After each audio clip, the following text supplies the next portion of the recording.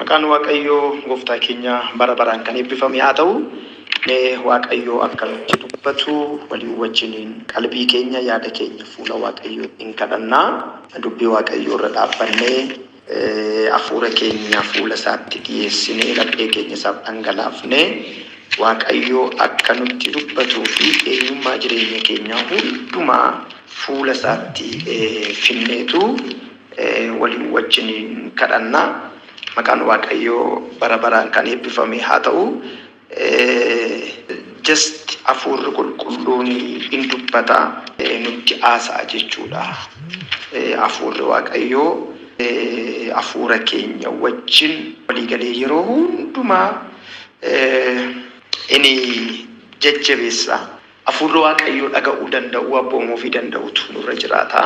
Keessoo keenya Waaqayyoof bituu, hafuura keenya Waaqayyoof bituu, laphee keenya Waaqayyoof bituu, namummaa keenya raawwannee Waaqayyoof bituun baay'ee murteessaa fi barbaachisaadha. Waaqayyoo hin dubbata gaafa jennu barreessaan ergaa warra Ibrootaa dubbii Waaqayyoo akka dubbii namaatti otoo hin ta'in akka dubbii Waaqayyootti fudhadhaa'edha. Inni dubbatus akka dubbii Waaqayyootti dubbachuu qaba. Inni dhaga'us akka dubbii Waaqayyootti dhaga'uu qaba. Yoos jireenya keenya irratti jijjiiramni mul'ataan, jijjiiramni qixa galeessi, jijjiiramni jireenya namaa haaraa godhee hojjetu kan inni mul'atuu fi kallattii lachanuun hafuura keenya haa bocnu, haa wal'aannu, Waaqayyo dhaga'uudhaaf gurra laphee keenyaa haa qarqidannu, laphee keenya fuula isaatti haa baqsinu. Natti dubbata, inni dubbii naa qaba. Dubbii isaatiin jireenyi koo in aaraa, dubbii isaatiin gaaffiin koo deebii in argata, dubbii isaatiin cufaan koo in banama, dubbii isaatiin jireenyi koo gargaarsa in argata kan jedhu amannee waliin wajjiniin kadhanna. Haleluuyaa. Abbaa keenyaa, fayyisaa keenya, jaalallee keenyaa, ija gaarummaa kee fi jaarjummaa kee dubbii keessa amanamaa fi isa dhugaa ittiin jireenya keenya hojjettu maqaa kee gooftaa Yesuusiin galanni guddaan siif haa ta'u. Ayyaana kee nuuf baay'iftee, gaarummaa nutti agarsiiftee, arjummaa kee isa guddaadhaan, jabina kee isa guddaadhaan, gargaarsa kee isa guddaa sanaan jireenya keenya waan hojjettee fi gargaarsi kee waan nu baay'ateef ulfaadhu. Maqaa kee maqaa gooftaa Yesuusiin dubbii kee nu erguun, ittiin jireenya keenya ijaaruun, ittiin nutti dubbachuun, ittiin jireenya keenya bocuun fedhaaf jaalala kee haa ta'u. Hafuurri kee hafuura keenya wajjin walii haa galu. Maqaa Yesuusiin gurratti dhaga'an nu bani. Laphee keenya irratti dubbii kee nutti dubbadhu. Arraba ittiin dubbatan, ayyaana ittiin dubbatan mucaa keetii baay'isi. Waan gootuuf ulfaadhu. Maqaa jaallatamaa kee gooftaa Yesuusiin.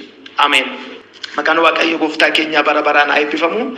Museen bushaayee Yetroo abbiyyuu isaa luba Midiyaan in tiksa ture.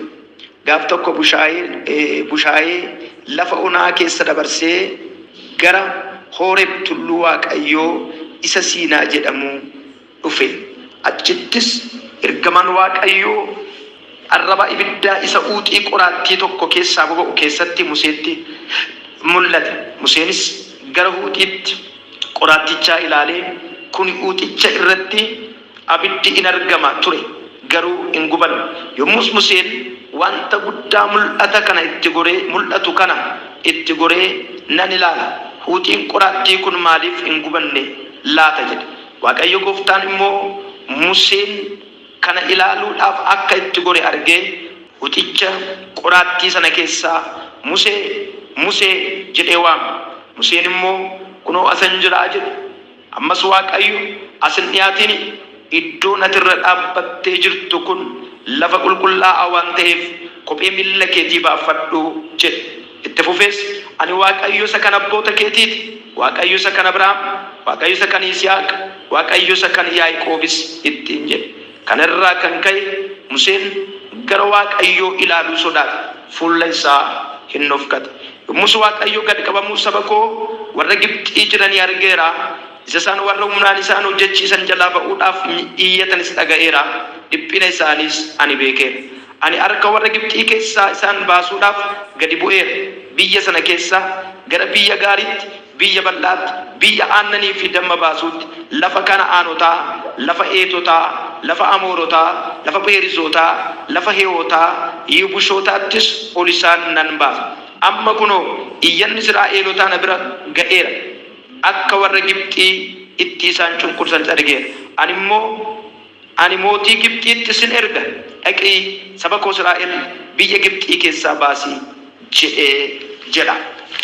Galanni guddaan Waaqayyoof haa ta'u. Egaa barumsa keenya guyyaa kaleessaa keessatti kara deemaa aangeffame kan jedhu akkaataa hafuurri qulqulluun gadi fageenyaan laphee koo irratti hiikee na barsiiseen isin biraan ga'uun koo in yaadatama.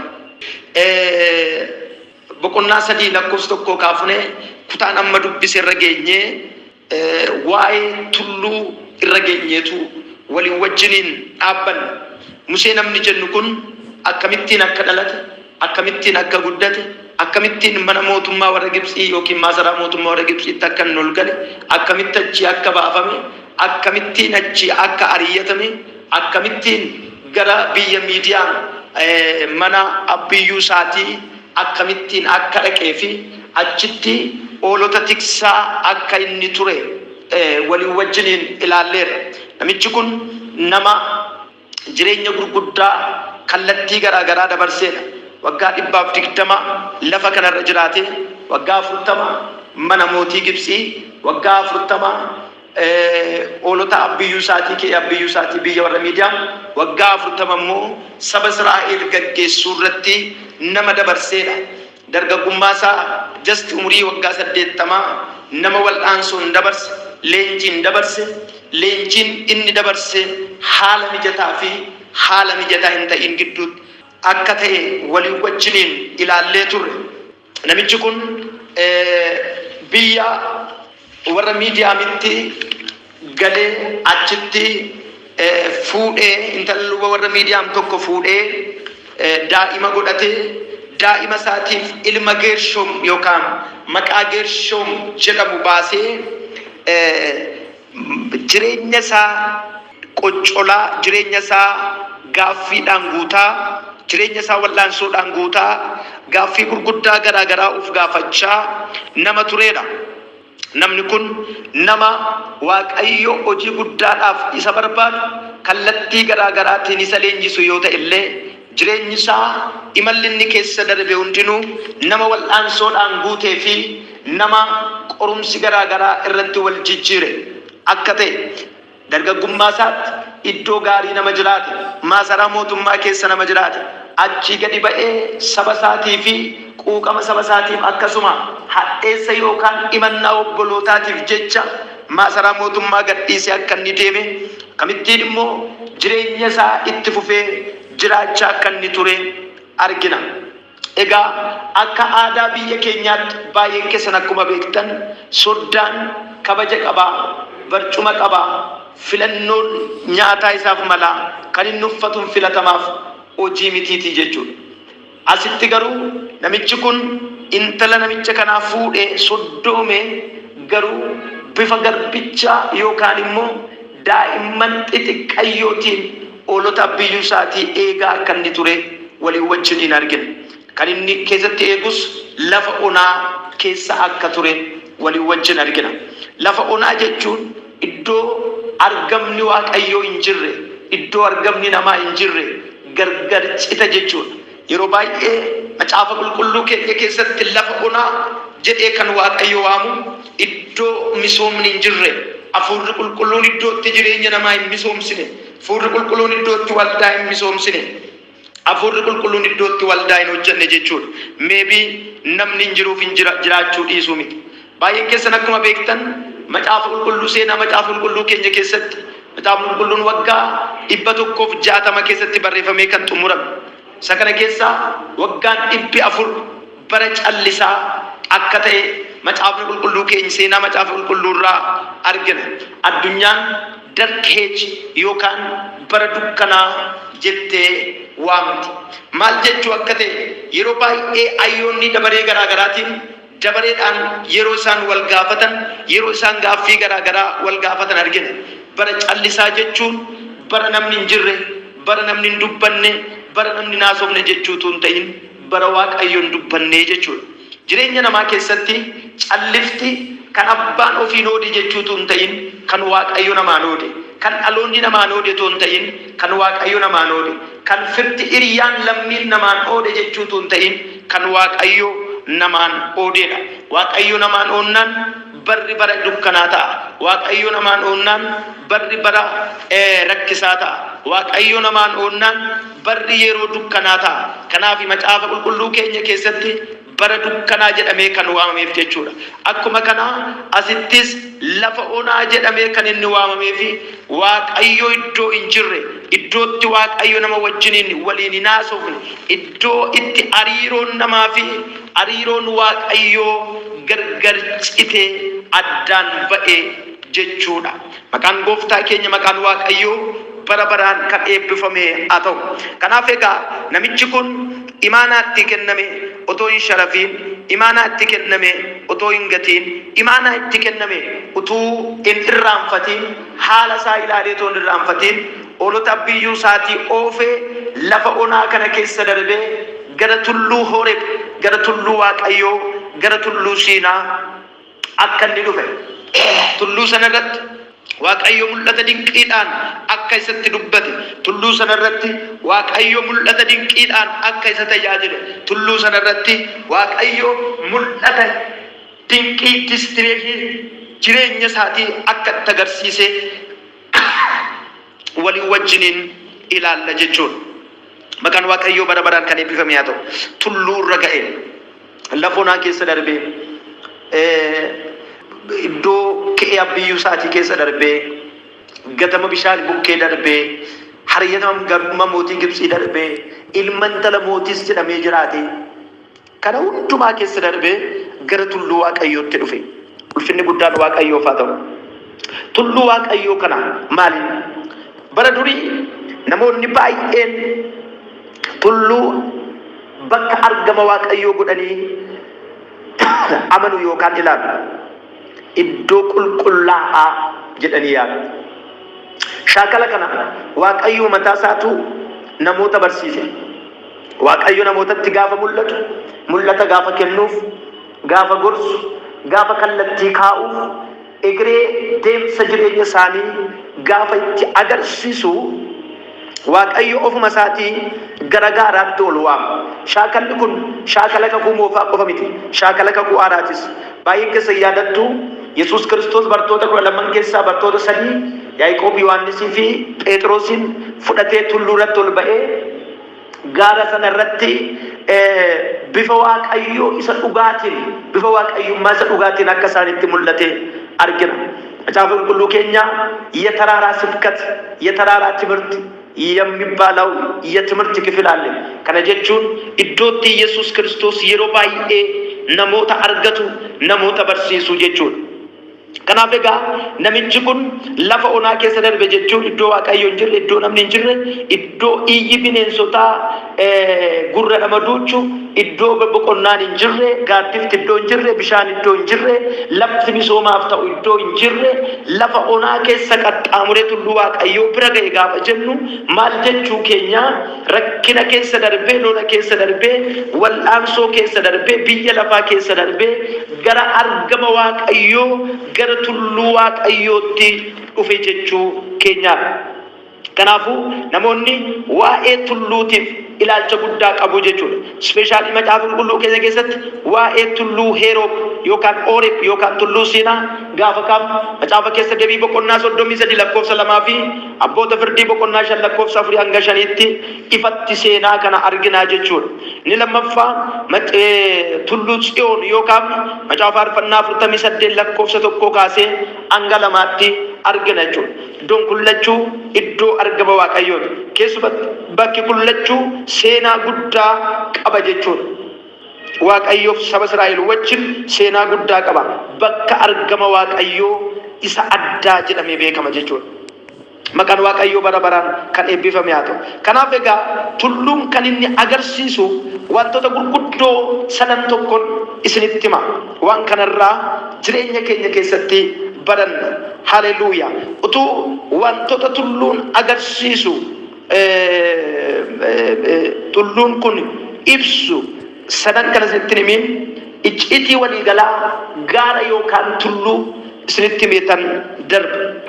Macaafni qulqulluun keenya waa'ee tulluu waa'ee gaarotaa kan inni dubbateef waa'ee tulluu Kilimaanjaroo, waa'ee tulluu Araaraat, waa'ee tulluu ta'ee wayii dubbachuu barbaadee miti jechuudha. Macaafa qulqulluu keenya keessatti gosti tulluu jira, gosti tulluu abaarsa irratti cabu jira, gosti tulluu araara irratti kennamu jira, gosti tulluu eebbi Waaqayyoo irratti namoota argatu jira, gosti tulluu mul'ataa jira jechuudha.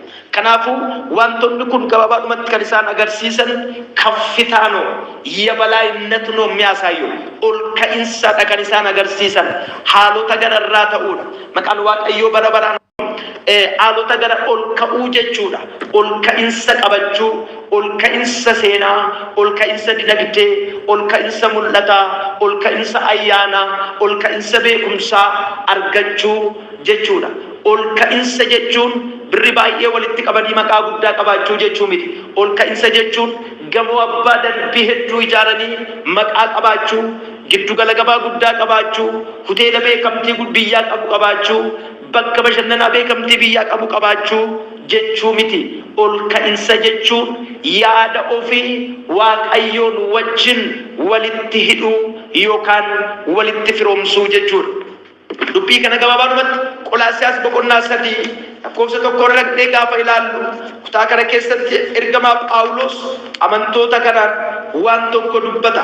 Ergasii egaa Kiristoosin wajjin du'aa erga kaafamtanii wanta Waaqa keessaa iddoo Kiristoos gara mirga Waaqayyoo taa'ee jirutti barbaadaa jedha. Kiristoos wajjin du'aa erga kaafamtanii wanta Waaqa keessaa iddoo Kiristoos jiru mirga Waaqayyoo taa'ee jirutti barbaadaa. Yaada garaa keessanii wanta Waaqarra jirutti hidhaa malee wanta lafarra jirutti hin hidhinaa. Sinduutaniittu jireenyi keessan Kiristoosin wajjin Waaqayyo Abbaa keessaa dhokateera. Kiristoos inni jireenya nuuf ta'e yommuu mul'atu innis immoo isinis immoo isuma wajjin ulfinaan mul'achuuf jirtu jedha. Kutaa kana keessatti ከፍታውን ማያዝ ወይም ደግሞ ከፍ ማለት በደንብ መጽሐፍ ቅዱስ በሆነ መልክ የእግዚአብሔር ቃል አስተምሮናል። ከፍታ መያዝ ol ka'insa qabachuu, ol ka'insa fudhachuu, ol ka'insan jireenya ofii hoogganuu, ol ka'insa iddoo ol ka'aatti baqachuu jechuudha. Waa'ee ol ka'insaa macaafa qulqulluu keenya keessatti yeroo baay'ee in leellifama. Muuxannoo lafa ol ka'aa qabachuu yookaan lafa ol ka'aa fudhachuu kana yeroo baay'ee kan isin argitan humna waraanaa yookaan raayyaa biyya tiksuu birattidha. Loltuun yeroo baay'ee mo'achuudhaaf, miliquudhaaf xiyyeeffannoonsaa dursa bakka filachuudha. Bakka filachuun tooftaa lolaa keessatti iddoo olaanaa waan qabuufi yeroo baay'ee bakka filachuutti xiyyeeffatu. Kanaaf loltuun gar lama yookaan kan wal lolan loltuun gaba lamaa gaafa walitti dhufu lachanu xiyyeeffannoon isaanii lafa ol ka'aa gara ol jedhaa qabachuu fi ol jedhaa saamuu, ol jedhaa irratti xiyyeeffachuudha. Sababiin isaa asii gad waa rukutuun, asii gad waa arguun, asii gad gargar baasanii hubachuun yoo ol ba'an nama rakkisu. Gajjallaa dhaabbatanii asii ol beekuun garuu rakkisaadha. Ol baanaan asii gad arguun, ol baanaan asii gad ilaalu. Waan numti asii ol deemuu fi gubbaadhaa gadi dhufu miidhaa wal qixa hin qabu. Yeroo baay'ee dhagaa guddaa asii ol yoo aatan asii ol gararraatti kan isa rukutu baay'ee muraasa. Haa xiqqattuu garuu dhagaan xiqqaan ol fageenyarraa dhuftu yoo isa rukutte amma ishiin isin miitu amma salphaa hin ta'u. Kun egaa macaafa qulqulluu keenya keessatti hiika mataa isaa danda'e qabaa jechuudha. Ol ka'uu jechuun waa'ee gaaraa yaaduu jechuun gama biraatiin maal jechuudha? Waa'ee Waaqayyoo yaaduu jechuudha. gama biraatiin kontekstuwaalii ergaa amma walii wajjin ilaalaa jirru kanaatiin yoo deemne Eliyaas mana Museen lafa onaa keessa darbee tulluu Horeeb tulluu Waaqayyoo bira ga'e jechuun ol ka'insatti dhufee jechuudha. Biyya lafaa keessa darbee fedhii biyya lafaa keessa darbee lolaa wal'aansoo biyya lafaa keessa darbee ariyyannaa biyya lafaa keessa darbee gara ol ka'insa Waaqayyootti gara yaada Waaqayyoo hubachuutti gara Waaqayyoo wajjin dubbachuutti hin dhufee jechuudha. Maqaan Waaqayyoo bara baraan eebbifamu. Egaa erga amma dubbanne gabaabaadhumatti tulluun wantoota gurguddoo sadii agarsiisa. Zakkaariyaas 4:7 akkasin dubbistan nan barbaada. Inni tokkoffaan bara baraan jiraachuudha. ዘላለማዊነት ነው የሚያሳየው። ዘላለማዊነት ማለት ወደ ተራራ መጣ ማለት ወደማይጠፋ ወደማይሞት ወደማይፈርስበት አስተማማኝ ግንባር አስተማማኝ ህይወት መጥቷል ማለት ነው። ከለኒ ጉዳን Waaqayyoo ጉዳፋቶ ረክረ keessa darbuudhaan muddama keessa darbuudhaan ariyatama keessa darbuudhaan garagaara Waaqayyoo ga'e jechuun gara Waaqayyootti dhufe jechuu akka ta'e walii wajjin ilaalleen ol ka'insa gara zalaalamaawwinnat yookaan immoo bara baraan jiraachuutti dhufe jechuun gara yombannetti haleluuyaa gara deebi'ee hin qaanumnetti dhufe jechuudha. Bifamu maqaan Waaqayyoo eebbifamu. Inni sadaffaan ciminaa fi jabina kan birtaatina ጽናት ነው የማሳየው። faarfannaa 121 lakkoofsa 2 birtaat haleluuyaa dadhabina keessa jilbana qabu habdii kutannaa keessa maqaa ofitti moggaasanii of himachuu of ceepha'uu keessa gara jajjabaachuutti dhufe jechuudha. haleluuyaa dadhabaan tulluu Waaqayyoo irra ga'e jabaata dadhabaan tulluu Waaqayyootti dhiyaate jabaata dadhabaan gara tulluu Waaqayyootti dhufe humna argata. tulluu Waaqayyoo gaara lafarraa ol ka'aa jechuu miti.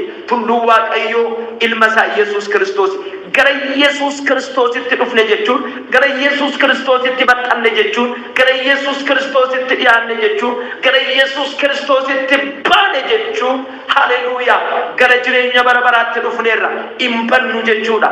gara bara baraan jiraachuutti dhufneerra salphannu jechuudha. gara jabaachuutti dhufneerra wanti xiqqoon jilbanuun buusu wanti xiqqoon nurraasu wanti xiqqoon nun onnachiisu jechuudha. maqaan Waaqayyoo bara baraan kan eebbifame haa ta'u.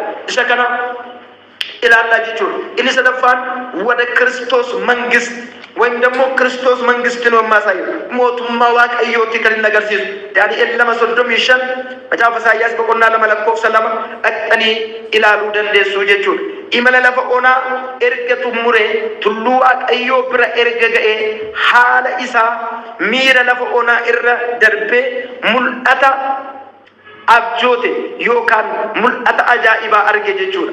hilaaluudhaaf awwee itti siqe mul'atichi immoo ni dubbata. mul'atichi immoo sagalee qaba. mul'atichi kan jiru lubbuu kan qabu mul'ata duwwaa otoo hin ta'in mul'ata dubbatuudha. mul'atichi sagalee qaba. sagalichis wantoota gurguddoo sadii of keessaa qaba. egaa tulluu Eeroob yookiin tulluu Waaqayyoo kanarra gaafa ga'u Museen mul'ata arge jedha. maqaan Waaqayyoo bara baraan eebbifamu. haleluuyaa gara of komachuu gara galaa ta'e geeshoo biyya namaatti garbicha ta'e afe jedhanii of komachuu keessa darbee lafa onaa keessa darbee tulluu Waaqayyoo irra gaafa ga'u mul'ata arge. obboloota koo mul'anni egeree ofii kan nutti argamu mul'anni destineeshinii jireenya keenyaa kan nutti argamu galmi keenya kan nutti argamu galmi keenya kan nutti beekamu galmi keenya kan nutti mul'atu gaara Waaqayyoo irra yeroo geenyuudha. haleluuyaa mul'ata arge jedha. mul'anni inni arge huuxii qoraattii keessaa ibidda gubatu arge. huuxiin qoraattii kun hin boba'a ibiddi keessaa boba'a. huuxichi garuu hin gubatudha. mul'ata kana dinqeeffate hin irraanfate miira isaa hin irraanfate rakkina isaa hin irraanfate beela isaa hin irraanfate miira lafa onaa marrabala janama gadoo sokopaaya hin irraanfate. har'a waan tokkon dubbadha sagalee kanarra dhaabbadhu amin jettee fudhatta yoo ta'e lafati jirtu haalati keessa jirtutti haala kee kan si hoogganu jireenya kee kan si hoogganu galgala kee kan si hoogganu jilba kan sitti godhu humna kan sitti godhu jabina kan sii ta'u abdii kan sii ta'u amantii kan sii ta'u jireenya kee kan ijaaru kan irratti miidhama lafa onaa irraanfatte kan irratti quuqama lafa onaa irraanfattu kan irratti beelama lafa onaa irraanfattu kan irratti madaa lafa onaa irraanfattu kan irratti dadhabbii lafa onaa irraanfattu Waaqayyo gaara ajaa'ibaa gaara isaa kan ta'e ilma isaa Yesuus Kiristoos irratti galgala keessatti agarsiisa. Haleluuyaa. Waan tokko nan dubbadha. Hafuurri qulqulluun laphee koo irratti dubbata. Namoota miira akkasii keessa jiran imala lafa onaa keessa kan jiran kan nyaatan kan ittiin buune kan dhugan kan ittiin buune uffatanii kan ittiin tolle ciisanii kan hin boqonne hojjetanii kan hin boqonne yeroo hundumaa miira of komii miira of himannaa kan qaban sodaaf yaaddootiin kan guutaman abdiin isaanii kan yallabbaa'e abdiin isaanii kan harca'e namoota maal ta'inna jireenyi koo maal ta'inna galgalli koo maal ta'inna boruun koo nan dhiiba gaar kun achinaan siqu nan dhiiba hojiin kun achinaan siqu nan dhiiba wayichinaan dhufu namoonni jedhaman namoonni of himatan namoonni of komatan namoonni of abaaran guyyoota isaanii abaaran as gidduu akka jiran Waaqayyo natti dubbata. Waaqayyo akkana naan jedha. Haleluuyaa. Robaje kapularia lafa onaa kana keessa si dabarse wallaansoo lafa onaa kana keessa si dabarse lola lafa onaa kana keessa si dabarse gidiraa lafa onaa kana keessa si dabarse eebuu fi beela ho'a qorra lafa onaa kana si irraanfachiise gaara irratti galgala kee argitu gaara irratti galgalli miidhagaan sitti mul'atu gaara irratti abdiin kee ijaaramu gaara irratti mogoleen kee jabaatu gaara irratti jilbi kee jabaatu gaara irratti Waaqayyo wajjin walitti dubbattu. Haleluuyaa. Gadi bu'iinsi kufaatiin yelloon qaaniin badiisni kan sitti mul'anne gara gaara sanaatti nan fidanaan jedha. Nama sana keessaa nama tokko si godheera maqaa Yesuusin. Robaajuu koppii laatii kampaarra gaara Waaqayyootti dhufe hin arge mul'ata gaafa argu eessa akka jiru hin gaafanne maal keessa akka darbe yaadanne umriin isaa gubateetti hin dhaga'amne humni dargaggummaa isaa gubateetti hin dhaga'amne joormaan lafa onaatti hin dhaga'amne mul'ata dinqii tokko arge hilaaluudhaaf itti siqe kiifaaraashiyaa hilaaluudhaaf itti siqe mul'atichatti siqe jedha itti siqe har'atti siqta taanaan sitti dubbata itti siqta taanaan sitti mul'ata itti siqta taanaan ba'aa keessa biraa gata itti siqta taanaan ceephoo jireenya kee irra jiru hin gata ijji Jadi kun sirratti haa ta'u maqaa Yesuusin. Sabootee mul'ata argeedha. Mul'atni kun maal akka ta'e isinitti meetan waa'ee sagalee mul'ata sana keessaa dubbatu isa dhumaa guyyaa godhuu ilaallee walii wajjiniin kadhanna. Mul'anni sun huuxii qoraattii gubatu kan bo'u ibiddirraa bo'u garuu kan gubatee hin dhumne argee jedha. Mindinoo huuxiin sun mindinoo yaa isaati. Ulfinni guddaan Waaqayyoof haa ta'u. Qoraattiin sun kan inni agarsiisu eenyummaa Iyesuus isa foonii isa lafa keessaa biqileedha. Isa biyya lafaarraa dhalateedha. Nama guutuu ta'uu Iyesuus kan inni agarsiisudha. Ibiddichi qoraatticha irraa bo'u immoo malakotaawwiin Yezaabeer ayinummaa isaa irree Waaqayyoo humna Waaqayyoo jabina Waaqayyooti kan inni agarsiisu. Maqaan Waaqayyoo bara baraan kan eebbifame haa ta'u. Walumaa galatti ibiddi sun kan waliin gumu eenyummaa Waaqayyooti kan inni agarsiisu. Gaarichi mataan isaa Yesuus ibiddichi irraa gubatu mataan isaa Yesuus. Haleluuyaa. Eeliyaas nama nuyiin bakka kan bu'u jechuudha. Maqaan Waaqayyoo bara baraan kan eebbifame haa ta'u. Mul'ata dinqii argee jedha. Yesuusin argeedha. Haleluuyaa.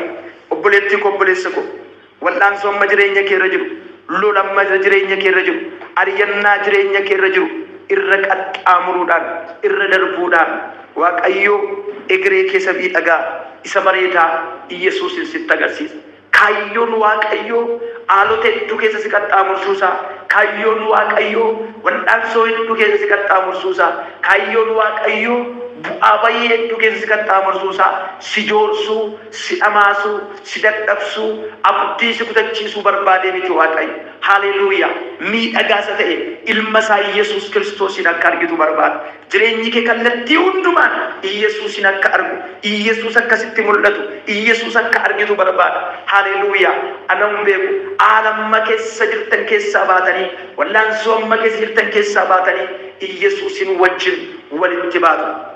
Haleluuyaa. Namicha abdii kutataan namichi jeeqamaan kara deemaan kun Waaqayyo aangoodhaaf isa muude rakkina keessa dabarsee tulluu waaqayyootti dhufe tulluu waaqayyoo irratti Yesuusin wajjin wal bare jechuudha. Sana booda maaltu ture? Ibiddi sun akkamitti dubbata kan jedhu guyyaa